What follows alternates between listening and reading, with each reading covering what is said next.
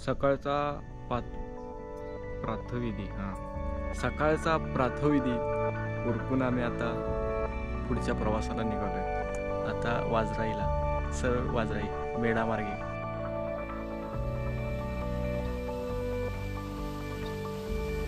सातारा भटकंतीच्या 5व्या दिवशी मी भारतातील सर्वात उंच 10 धबधब्यांमध्ये येणारा साताऱ्याचा वाजराई धबधबा पाहायला निघालोय।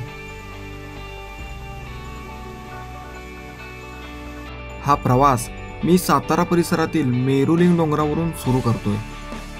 आजच्या दिवशी कोणतीही गडबड नाही, निवांत या सह्याद्रीतील डोंगर रांगेतून मस्त फिरायचं।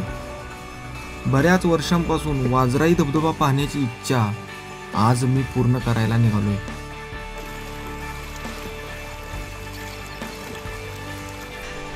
माझ्या डोळ्यासमोर धबधबा दिसतोय।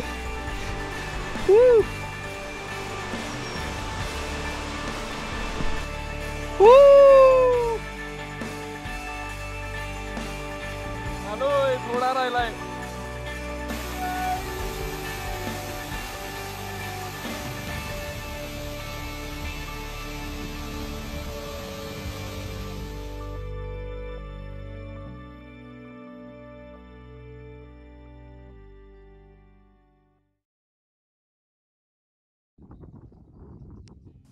कालच्या रात्री आम्ही मेरुलिंग डोंगरावर मुक्काम केला आणि आजची सुरुवात मस्त झाली। सकाळी सकाळी मी या डोंगरावरून साताऱ्याचा सुंदर सूर्योदय अनुभवतोय।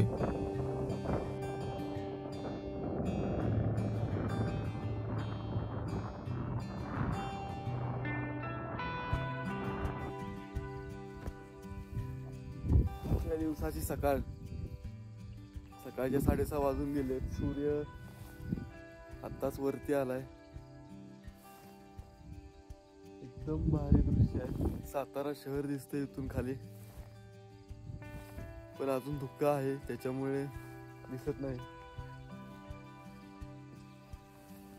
5व्या दिवसाची सुरुवात एकदम भारी झाली।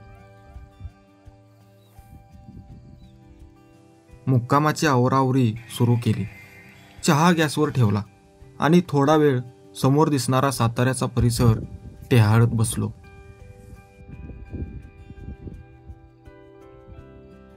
याच कनेरी डॅमला वळसा घालून आम्ही वाजराईकडे जाणार आहे।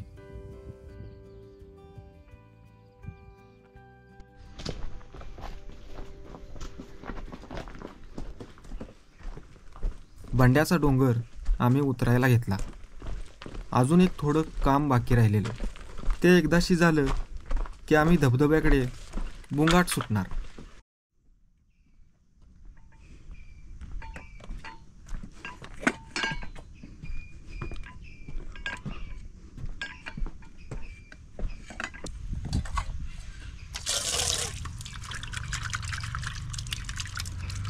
वाजराईला जायच्या आधी हे आपलं छोटं काम बाकी आहे।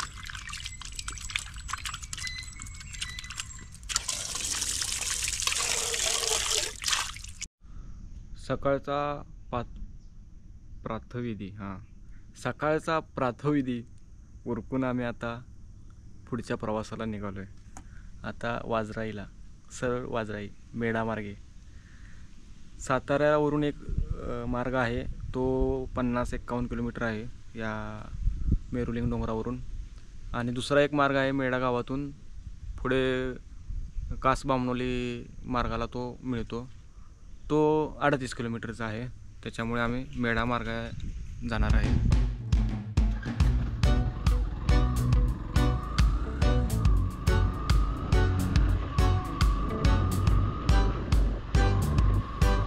साताऱ्यावरून कास रोड मार्गे वाजराई वॉटरफॉलच्या ट्रेकिंग स्टार्ट पॉइंटपर्यंत पोहोचता येते। 32 किलोमीटरचे हे अंतर साधारण 1 तासात तुम्ही पार करू शकता।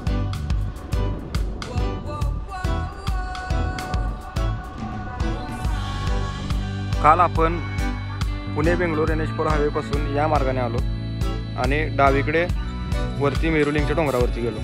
आता आपण माघारी हायवेकडे न जाता सरळ मेढा गावामार्गे सरळ जाणार आहे। इथे बामनोली कास हा मार्ग लागतो। समोर दिसतोय तो कनेर डॅम आहे आणि त्याच्याच बाजूला हा आपण काल रात्री जिथे मुक्काम केला तो मेरुलिंग डोंगर.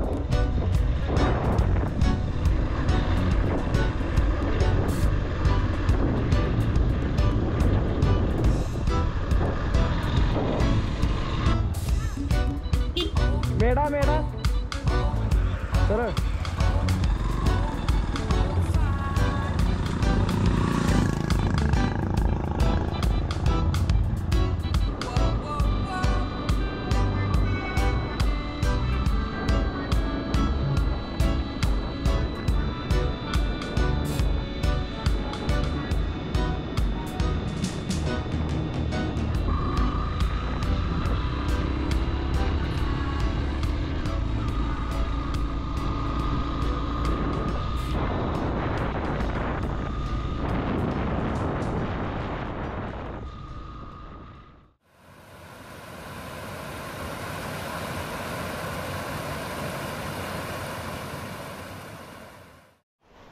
मेढ्यावरून आम्ही थोडं पुढे आलोय. पुढे आल्यावर हा ओढा लागलाय. आता इथे मस्त आंघोळ करणार, नाश्ता करणार आणि पुढच्या मार्गाला निघणार वाजरा इकडे. पाणी निवळ आहे, शांत आहे, आंघोळ करायला मजा येईल.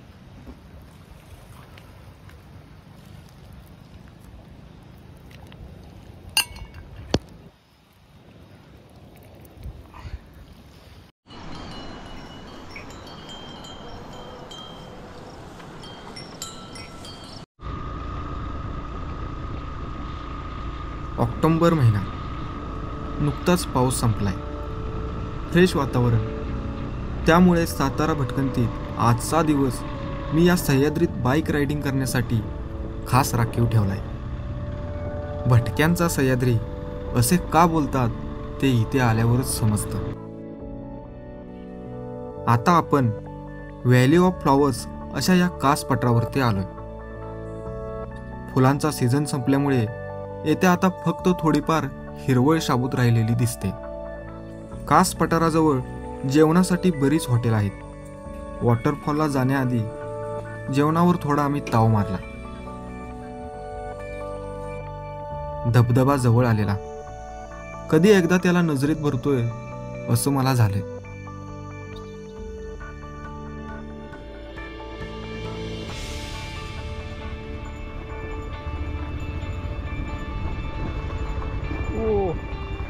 जबरदस्त.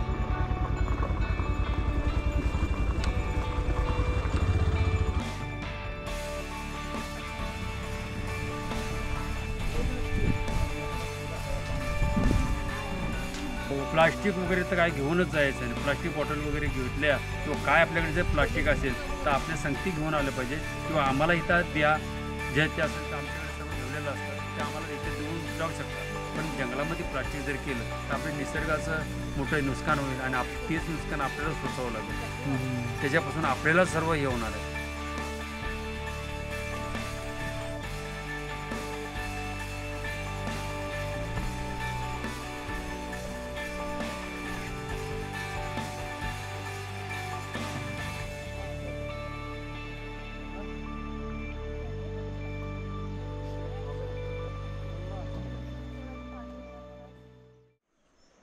भांबवली गावात आल्यावरती वन व्यवस्थापन विभागाचं एक तिकीट पोस्ट लागते. तिथे आपल्याला 50 रुपये पर व्यक्ती असे तिकीट आहे आणि वन व्यवस्थापनाचं कर्मचारी तिथे असतात. तिथून आपल्याला गावात आल्यावरती जर आपल्याकडे काही ओझं असेल, बॅग असतील, त्या बॅगा आपण तिथे ठेवू शकतो आणि पुढे चालत येऊ शकतो. आम्ही आत्ता आमच्या जेवढ्या बॅगा आहेत, आता काल आम्ही मेरुलिंग डोंगरावरती कॅम्प केला, त्याच्यामुळं आमच्याकडे टेंट वगैरे सगळ्या बॅगेतलं सामान आम्ही घरात ठेवून पुढे आलो आहे. अलीकडेच हा धबधबा नावारूपास आला आहे. ट्रेंडिंगला आला आहे. भारतातील सर्वात उंच धबधबा म्हणून त्याची ख्याती आहे. धबधबा पाहायचा असेल तर दुपारी 2 वाजेपर्यंत तुम्ही यायला हवं, कारण 5 वाजेपर्यंत वनव्यवस्था ऑफिस बंद होतं. आपल्याला जायला 1-1.25 तास लागतो, येताना 1.5 तास लागू शकतो. तिथे थोडा थांबायला वेळ हवा, यासाठी लवकर यायला हवं. जंगलाचा भाग असल्यामुळे इथे रात्रीच्या वेळी थांबण्यास परवानगी नाही. तर आम्ही आता जरा लवकर जायला प्रयत्न करणार आहे, कारण पुन्हा अंधार पडेल, त्यामुळे लवकर जातोय आम्ही. वाजराई धबधबा हा भारतातील सर्वात उंच धबधबा म्हणून गणला गेला आहे. त्याची उंची 560 मीटर म्हणजे तब्बल 1840 फूट आहे. उरमोडी नदी ही या धबधब्याचं उगमस्थान.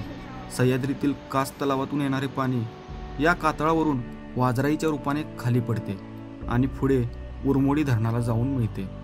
चिरा विटांच्या पायऱ्याची वाट तुम्हाला निम्म्यापर्यंत जाऊन पोहोचवते.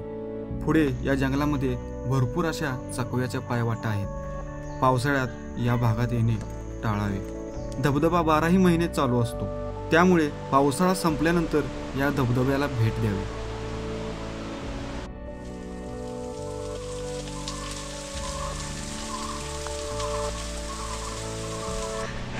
माझ्या डोळ्यासमोर धबधबा दिसतोय.